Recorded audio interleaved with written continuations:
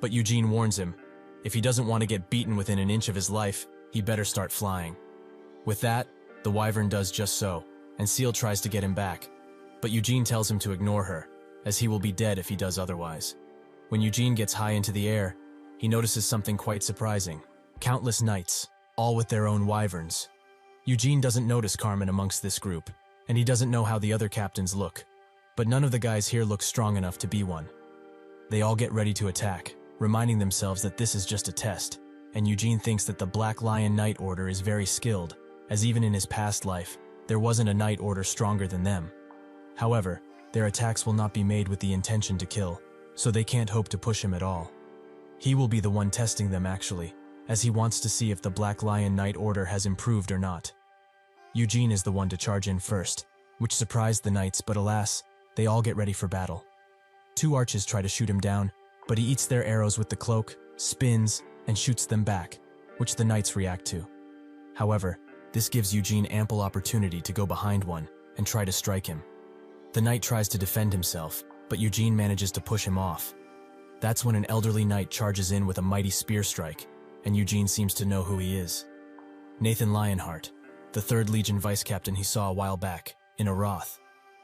Nathan lands on a wyvern, and asks what happened with Seal, as she surely must have come for him before everyone. Eugene notes that she's just down there and pulls out a spear, challenging Nathan's skill. It seems to have proven fruitful, however, as Nathan was pushed back, with his own weapon no less, something which he didn't believe possible. Suddenly, Eugene rushes past him, as there is no need for him to go through all of this fighting, since the only thing he needs to do is reach the castle. That's when a large boulder is thrown at him, which came from below. So he looks down, but in that split second, Carmen pops up behind him and kicks him to the ground with flexible movement.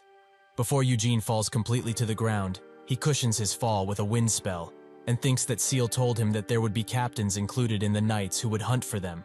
So he's not surprised that the 3rd Legion captain, Carmen Lionheart herself, is here. The other knights also fall down to the ground, and Eugene asks if he isn't receiving too much attention, given that there are 2 contestants here. Carmen explains that it's because he's doing much better than Cayenne, who is still running from his fears, even after all this time passed. However, he shouldn't be mad about it, as it means he will get more attention, which is good. She promises the test will end quickly. Since she's here, they will do it like this. If he can survive 3 minutes of her attacks, she will take him to the castle herself. Eugene asks if that really is all, and Carmen says that if he can achieve this, there will be no need for the test to continue. However, if he thinks that it's too unfair, she can make it a minute. Eugene sighs, as he knows full well that Carmen is confident because he's still a child. But to hear those words from her, it's kind of annoying. So, Eugene does what he's best at, mock. He's fine with anything, since he's young and fresh. But wouldn't she be pushing herself too much? At her old age, moving around for 3 minutes must be hell, right? Carmen's hand trembles, and the other knights watch in horror as they know what's about to go down. She notes that it will be 1 minute. If he can resist for that long, she will keep her promise. They both charge their auras, and Carmen rushes in with a mighty kick, but he blocks it and tries to hit her with his sword.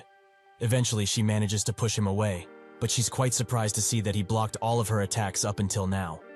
All of her attacks were supposed to break at least a few bones, but this child's reaction speed is much faster than expected.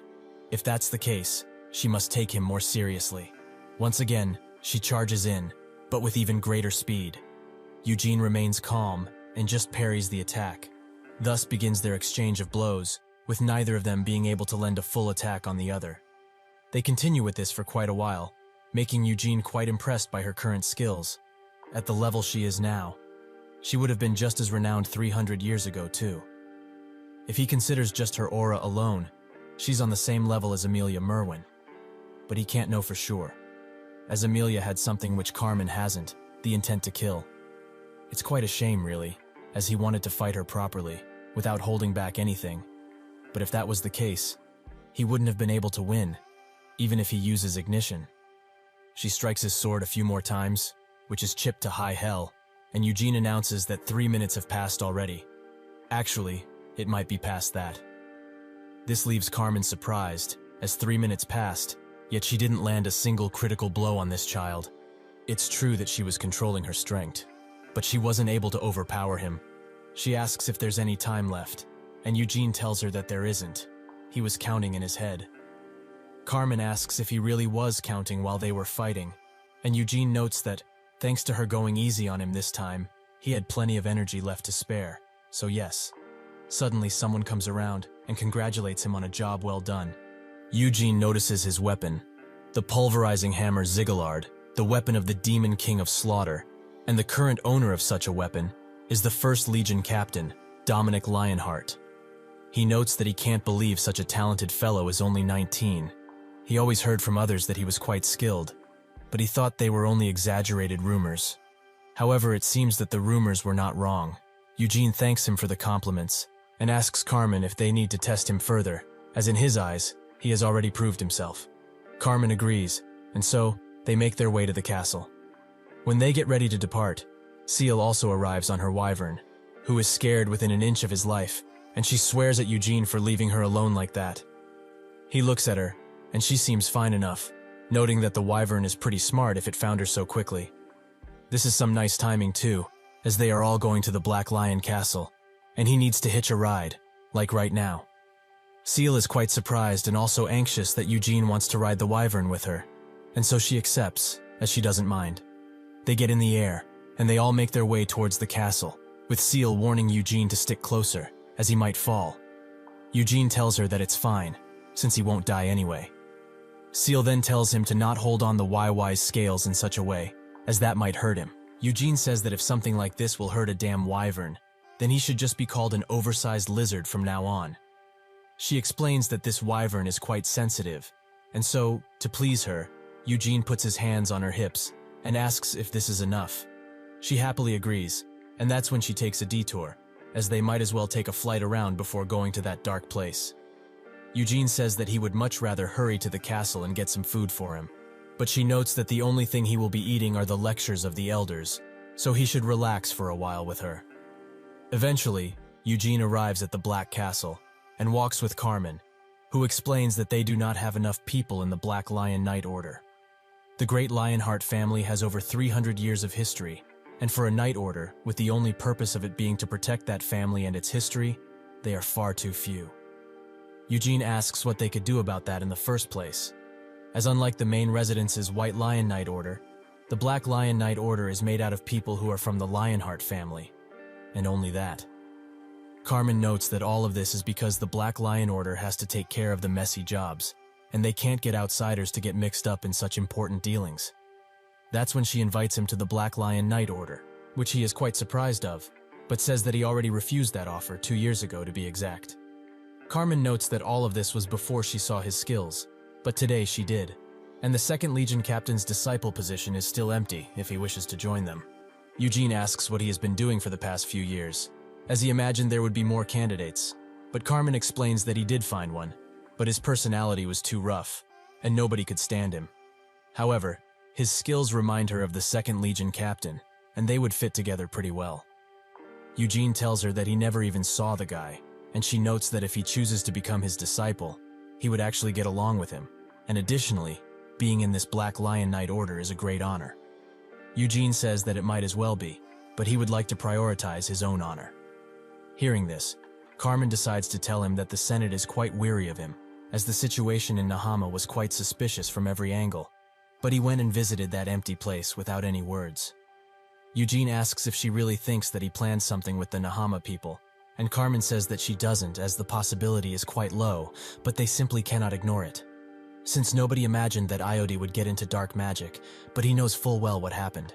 He's in a very good position, and thus will receive tons of generous offers. He is also talented beyond belief, but there is a limit of his authority, because he comes from a lower-class bloodline. What if somebody offered him help in getting the Patriarch position? Eugene puts it bluntly, he never wanted to become the Patriarch, but Carmen continues, he should think about it differently then. Because of his skills, everyone will try to take him onto their side. Did Nahama's Sultan promise him wealth and fame, perhaps? Eugene asks if this is an interrogation, which she says it is. Eugene will not answer any further questions, as he is sure the people in this room will ask him plenty of questions. When she opens the door, Eugene sees the most important people in the Lionheart family. Doiners, the Patriarch, Klein, the unspecified from an indirect bloodline, Dominic and Henos. Eugene bows down and greets them, while also presenting himself. He also apologizes if this is rather sudden, but he must show them something very important, the statue and gravestone he got from Hamel's grave. Klein asks what that might be, and Doiners gets up, analyzing it quite thoroughly. He notices that on the gravestone there's a name, Hamel Dinus. Gillard gets up, and wonders if this really is the statue of Hamel the Foolish. Doiners asks where and how he was able to get such an item, and Eugene explains that he found it in Hamel's grave. When he hears this, Hino's eyes widen, and he looks sternly at Eugene. He explains that, as they all know, he has studied in Arath for 2 entire years. In the Royal Library, Arsion, in Senya's Hall, to be exact, he was able to learn about Hamel's grave through witchcraft. Doiner asks how, and Eugene notes that this is the very first time someone from their family has gotten to look into witchcraft, so he assumes that Senya meant for one of them to find it.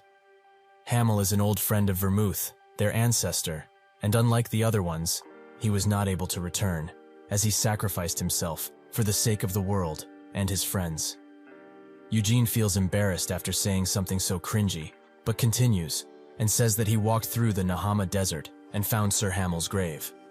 It wasn't in pristine condition, though. In fact, it was the opposite, as the only things that remained intact are right here, the statue and the gravestone. He wasn't alone, however, as there was also a Death Knight made from Hamel's corpse, and he was able to defeat it, but he also came across the terrifying dungeon master of the desert, Amelia Merwin. The mage is shocked that he met her, and most importantly, that he came out alive. Eugene explains that he is alive right now, because the Demon King of Incarceration appeared. Everyone is shocked at this revelation, and Eugene notes that he stopped Amelia from butchering him, but also gave him a warning that he is supposed to pass on to the others. He told him that freedom without responsibility is self-indulgent, and that his goodwill and silence will not last for long. Doiner's eyes widen, and Eugene thinks that he needed to do this, as he doesn't know what Vermouth promised, but having heard this warning, they need to prepare for the peace to end. He additionally tells them the other things the Demon King said, that he cannot have people thinking that he is obligated to be nice to them, and if they will not respect him, he will not do that either, from now on. Doiners sits down, as they have never expected for him to bring such dire news. At first, they were going to interrogate him about what he was doing in the desert, but now, they have much bigger problems. Klein says that the Demon King still wishes for peace, and if they don't insult him any longer, there should still be peace. Gillard tells him otherwise, as if he needs to warn them. He is sure that the peace will end eventually. Nahama has been invading Tarath for hundreds of years, and if Helmut was behind all of this, they can bet that the Demon King of Incarceration was somehow involved too. Doiners asks if he will go to the Demon King and ask if he really was involved. He also half expected this to happen, as the 2 strongest Demon Kings are still alive and kicking. Their subordinates are also spread around everywhere. Their hero, Vermouth, took only 4 companions and took down the Demon King of Cruelty, Slaughter, and Frenzy. However, he wasn't able to defeat the Demon King of Incarceration and of Ruin. If they really go to war, who will be able to defeat the Demon Kings now? Himself or his grandson Dominic? Will he do it? Gillard notes that this isn't a threat to them only, as the Demon King of Incarceration is surely after the entire world. Doiners says that even if it is like this, they are descendants of their natural enemy, so they will be in the front lines should something happen. He asks Gillard if he thinks that they are ready for something like this to occur. Klein notes that nobody from their families, be it Kiel or Lionhearts, that are disrespecting the Demon King. It's the Holy Empire and the allied powers of Devil Conquest, who kept their armies on standby, just at the borders of Helmut. Those damn haters will invade Helmut the second they hear about this. Doiners tells him to relax, as even though they are doing something like this, it's just a show of power, and if things get serious, he is sure they will recall their armies. Eugene thinks that this is a slow discussion, but it's fine, as he will not have to worry about them declaring war on Helmut. Not that he cares either way, as he wants to kill the Demon Kings as much as all of them. Doiners asks what he intends to do with the items he got, and Eugene explains that he was thinking of putting them where their ancestor rests. Hamel's grave has already been fully destroyed, but they should read this. Doiners does just that, and reads all of the insults, piece of shit, garbage human, and the numerous others. Eugene tells him to read the part below it, about how great he was, and that everyone will miss him.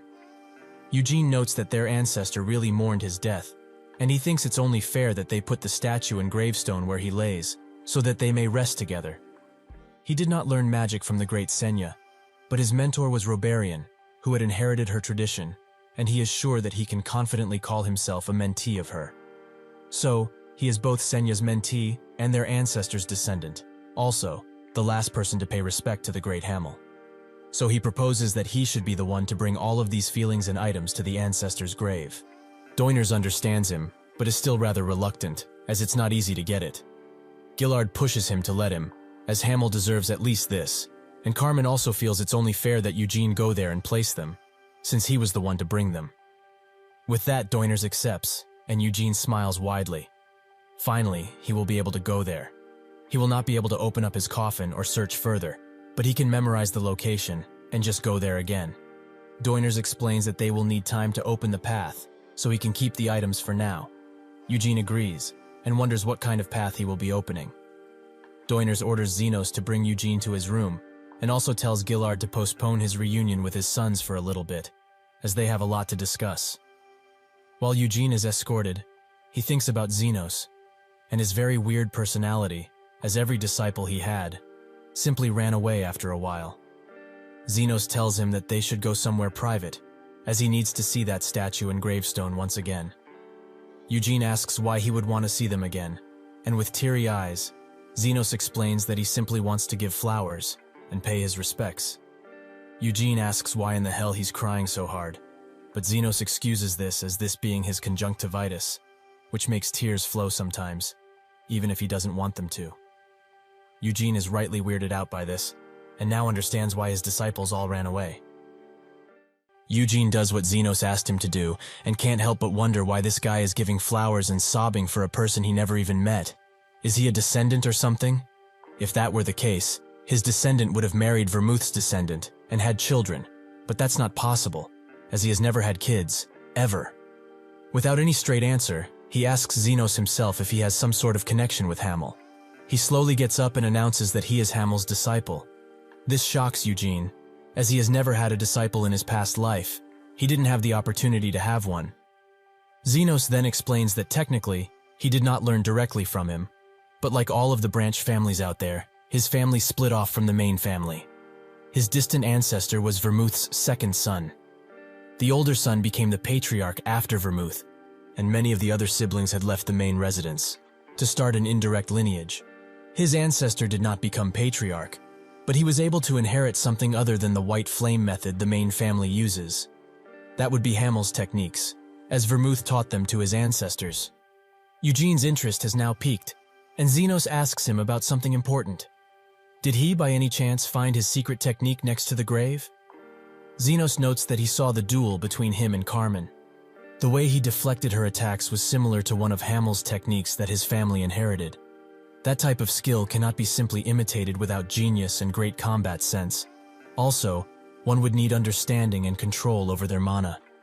However, if he found some of Hamel's secret text inside of the grave, it's not entirely impossible.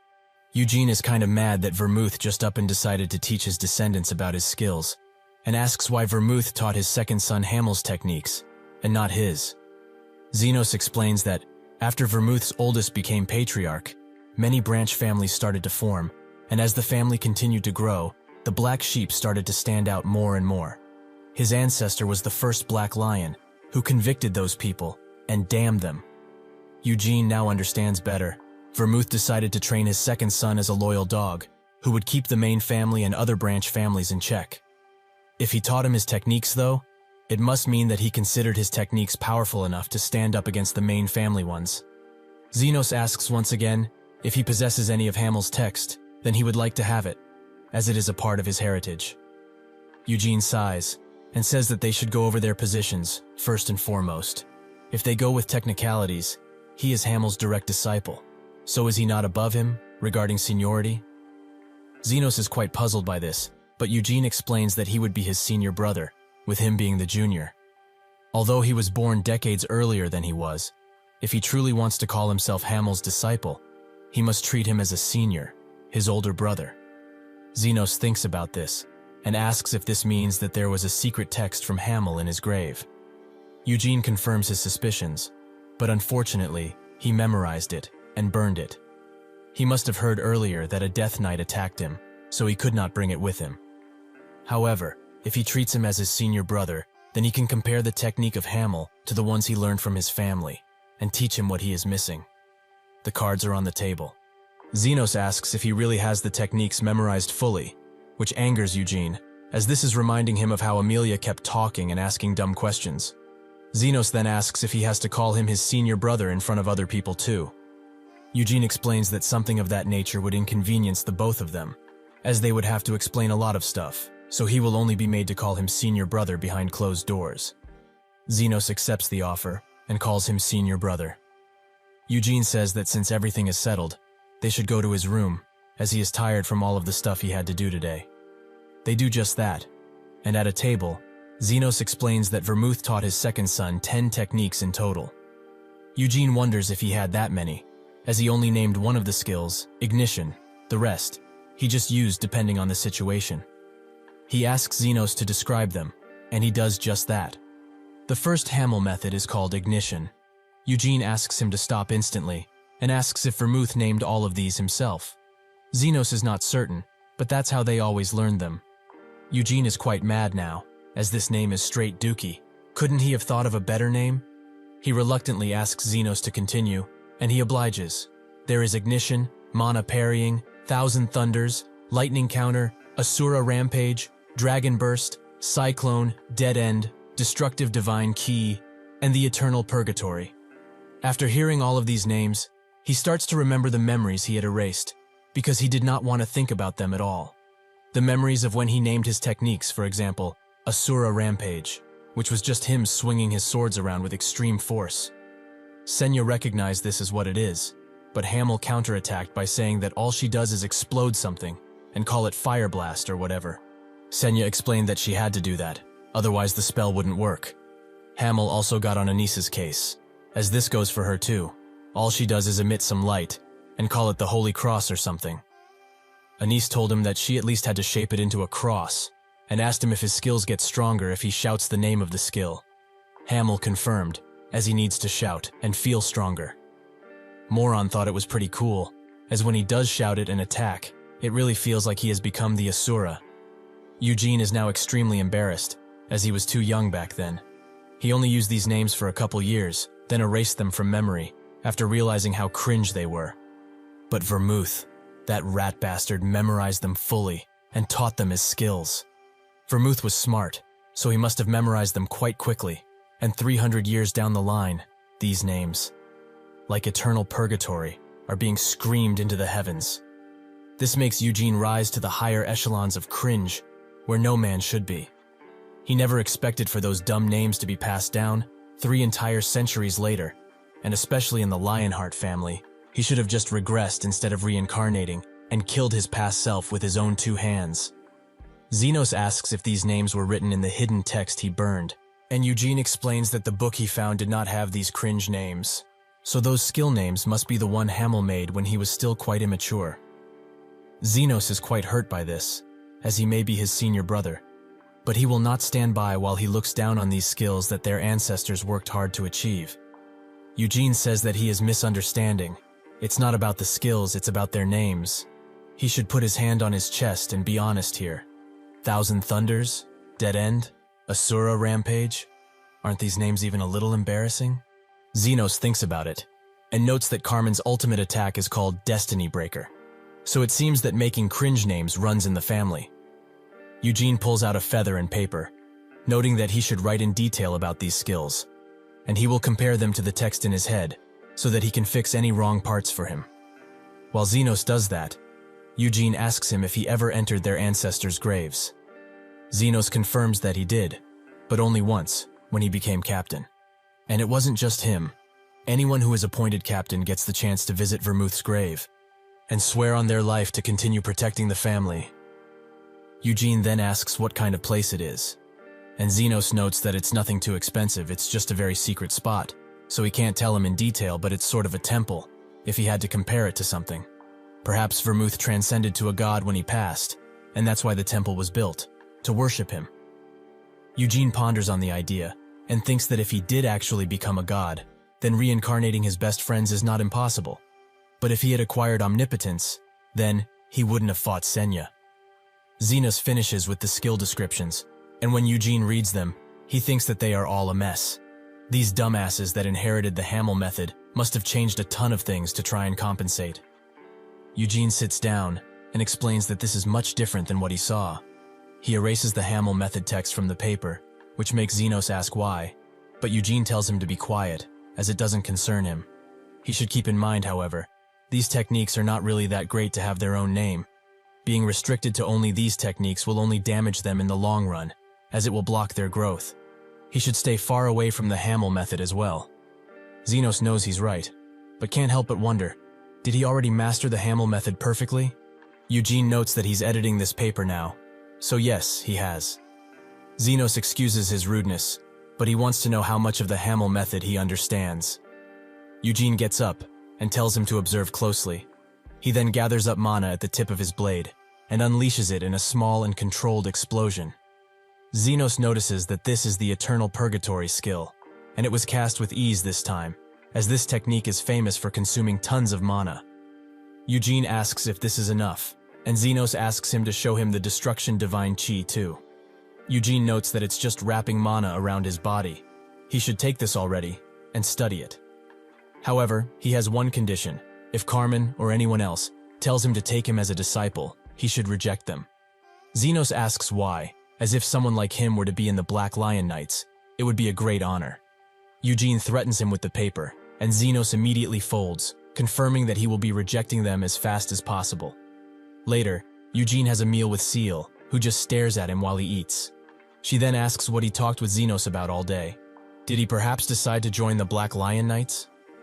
Eugene notes that he didn't. They just talked about techniques and such. She also asks about how close he was with the Prince of Aroth, and about Roberian. Did he perhaps introduce him to a promising young mage or something? Eugene tells her to stop with the questions, as she knows already, he's not the type to socialize. Seal explains that their brother will become quite the busy fellow starting next year, and many renowned nobles and other royal families will want to get introduced to their brother, who is the successor of the Lionheart family. Additionally, the Sea Kingdom's Simuan's young princess and the Luhar Kingdom princess are both his marriage candidates. He might actually be the first one to get married, out of the three of them. Eugene thinks that the Luhar Kingdom was set up by Moron, so he doesn't even want to know what her descendant looks like. Just when he starts feeling bad for Cayenne, he arrives, all tattered up and very dirty. Eugene thought he would have been lost for a few more days, and asks if he saw any more ghosts in the forest. Cayenne doesn't even want to think about that, but thinks that he spent an entire day struggling against different illusions and monsters. But Eugene, this damn bastard, arrived at the castle within an hour of him descending to the woods. Suddenly, a maid comes with an urgent message. A guest will arrive soon, so they all should get ready and come to the warp gate. Seal notes that she didn't hear anything about this, and the maid explains that they just received the message, and the visit was decided during the conference meeting between the different elders. Eugene asks who this important guest is, and the maid says that it's the auxiliary bishop of the Holy Empire, Eurus, Christina. Everyone from the family gets dressed and waits at the warp gate, where eventually Christina arrives, with 3 knights in tow. Eugene is quite shocked, as she looks exactly like Anise. She thanks them for the grandiose welcome, and Doiners admits that he did not expect her to come all the way here. She notes that she should naturally respond to any summons she gets, and that they should go talk things through. When they do that, Eugene stares at her, which makes her suddenly stop and smile in his direction, something which takes him by surprise. Seal asks if they ever met before, and Eugene denies this, as this is his first time seeing her. Seal then asks why she was smiling at him like that, something which Eugene cannot answer, as he doesn't know either. Later, while he is having some tea, Eugene thinks that Christina is an adopted daughter of one of the 3 cardinals of the Holy Empire, and also a saintess of a long line of successors after Anisa's disappearance. She is not literally a saint at the moment, but she is the only candidate there is, so in a few years, she will surely become the saintess. The maid knocks at his door and announces that there is a guest here to see him, the bishop, Christina. He goes to meet her, and they both introduce each other. Eugene asks what brings her here, and she explains that she received a revelation from God, which makes Eugene ask what kind. She doesn't want to tell him, however, which makes Eugene wonder why he told him in the first place. Christina explains that this was just to let him know this meeting was guided by God.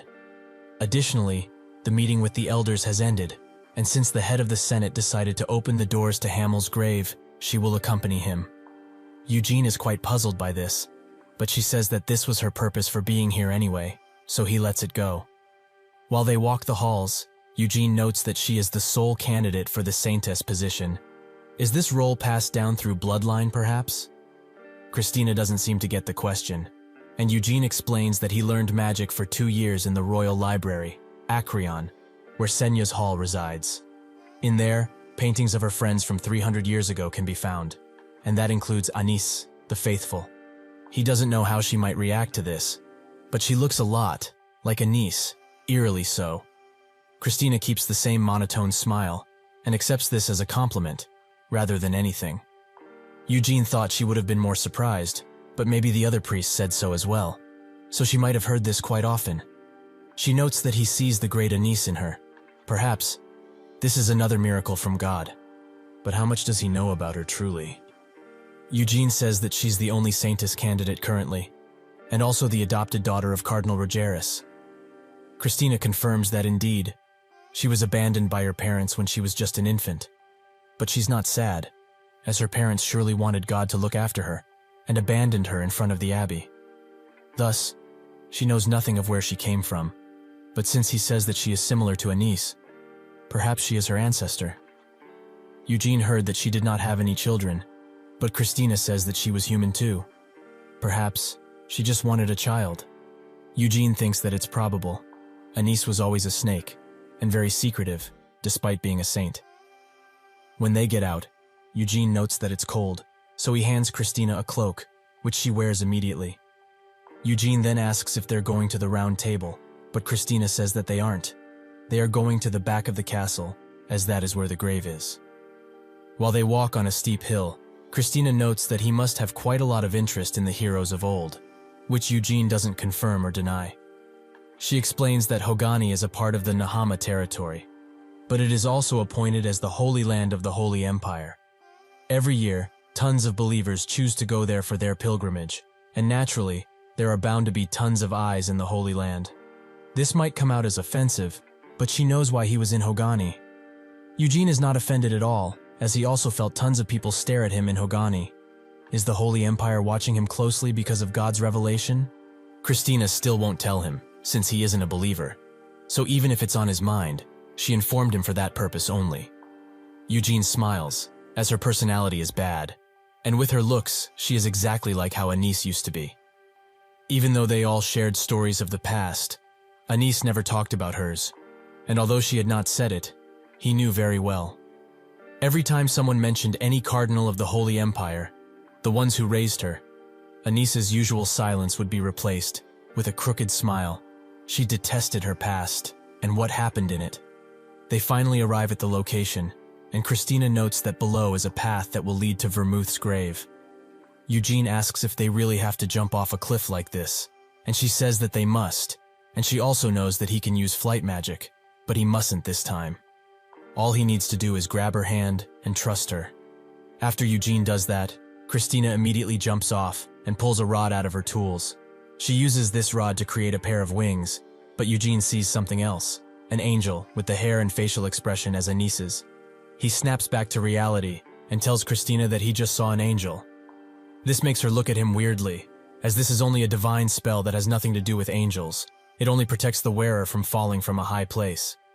Eugene shuts up, but he knows what he saw, as that face was the same as Anis's. He's positive.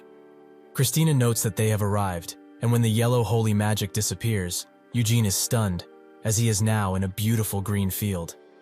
Christina picks up a grass leaf and says that even though it looks like grass, it's not, as it doesn't have any life energy inside. Eugene tells her that it's only spatial magic, and thinks that to create such a place would be impossible, with only common magic. So who did it, Senya or Vermouth? Alas, they continue forward and arrive at Vermouth's grave, where a statue of him stands. Suddenly, Doiners, accompanied by Gillard, appears, and Doiners expresses his wish for every Lionheart to see this place. But sadly, it must be protected. Putting the Hamel statue around here isn't a bad idea, as he was Vermouth's longtime friend, so it would hold some meaning for it to stand by him. However, in order to open a path to this place, one needs the Patriarch's and the Senate's acknowledgement. Those two titles were created by the founder, and it was said that besides the Patriarch's succession and appointment ceremony of the commander of the Black Lion Knights, nobody else can enter. Christina knows this is directed at her, but as long as she respects their traditions, she came here with an important reason. Gillard then explains that the timing was rather inappropriate, as she stubbornly decided to follow his son into this place. As the Patriarch, he could have just ignored this, but did not, to hold respect to both of their ancestors. And she also said that she came here because of God's revelation, which coincidentally lines with the Demon King announcing his peace is almost over. So he asks her to just say it already. Christina says that she will dare to say it, and pulls out the Holy Rod once again. She, Christina Rogeris, the adopted son of Michael Rogeris, is the only Saintess candidate in the whole Holy Empire. From this moment forth, she will be representing the Pope, and right now, she asks them to please open the grave of the great hero, Vermouth. His soul did not go to heaven, and from this revelation, his soul did not find salvation, and is still wandering the earth. As the Saintess, she must check the hero's last moment. Doiners says that he will follow whatever Gillard chooses, who is kind of glad that he will be able to open the grave with his own hands. Once they get inside, Christina numbers the number of beautiful things around here, but they are all fake, as there is nothing real inside of this temple. Gillard explains that it was the will of the founder to not have any descendants carve any statues or put decorations. According to that, they shouldn't put the Hamel statue here, but considering that it was not made by one of his descendants, it's fine. Christina thinks that this is beautiful. To reunite two old friends in the same resting place, this is certainly God's will. Eugene asks if defaming Hamel's grave and insulting the corpse by letting it become a death knight is also God's will. Christina looks at him and says that it wasn't. That's why he was able to get out of there and rescue the statue. Eugene looks at her sternly, as even a niece didn't use God's name that much as this one does. Eventually they arrive at the coffin, and Gillard tells them to observe while he opens it. While the two close on the coffin, Eugene thinks that he didn't know they would be doing it so swiftly. He begs him to just be a body lying in the coffin, a mummy. Hell, even some bones would suffice. He doesn't care, as long as he's dead and lying in there. If he really is dead, he will find peace, and with that, he will be able to lift the suspicions he had on him. Eugene thinks that Vermouth was not involved with his reincarnation, but fighting Senya and forcing her to flee. He also damns the Demon King, as that bastard talked about love like he and Vermouth were longtime friends. He will never believe that, so he begs the great Vermouth to be dead. When the coffin opens, Gillard is shocked, but Christina already knew that the coffin is completely empty. Eugene's entire body writhes, and his fist is clenched so hard his veins are about to pop. Gillard thinks that he's only concealing himself, but that doesn't matter now, as Christina announces she will tell them the revelation. From this moment forward, Eugene will be titled the next hero, the man that succeeds the great Vermouth. This is the will of God, and the Pope also acknowledges it. Until now, there have been no moves on the demon part, so they will not announce it just yet, but she will be with him, as the Holy Empire's witness. Gillard asks what she means, and Christina notes that this is not God's word, but she thinks that Eugene is a reincarnation of Vermouth. If that is true, then she can accept why his soul did not enter heaven, as in order to face the danger that would fall on the world, the hero's soul descended into a descendant's body. Eugene starts laughing, and asks if she got permission to do this from her little god. A fucking hero? What a joke. He is the reincarnation of Vermouth. How funny. But she should really cut the bullshit. Just how great is their god, that she is harassing him, who is doing nothing, and saying that he is the reincarnation of the hero. Christina apologizes, as that was only her thoughts, but she shouldn't blame her, or God's revelation for that matter. Eugene disagrees. He doesn't even believe in her god, and he doesn't plan to, so he will be doing whatever he wishes. he is only himself, Eugene Lionheart. So if she needs a hero, she should make one from their worshipper. Or better yet, beg her god to send one down. He looks at Gillard, who is flabbergasted, and apologizes for the harsh words. But he does not plan to be recognized as a damn hero, so he should understand him. While on the topic, he does not want to be patriarch, and will also not join the Black Lion Knights. Just because he will not do these things, it doesn't mean that he will disrespect the family, so he asks him to continue to support him just like before. Gillard, with a heavy expression, agrees, and respects his decision. Eugene smiles, and tells Christina that he also has a message for her almighty god. That is, to go fuck himself. That is all he wanted to say. Gillard is about to go into shock, but Christina just stares at him, and Eugene turns away, as he is tired, so he will be going to sleep. Gillard asks what will happen to Hamel's statue, and Eugene explains that Hamel would have not wanted to rest in a place where his comrade wasn't. With that, the tale of Hamel's reincarnation ends, for now at least. Stay tuned in the future.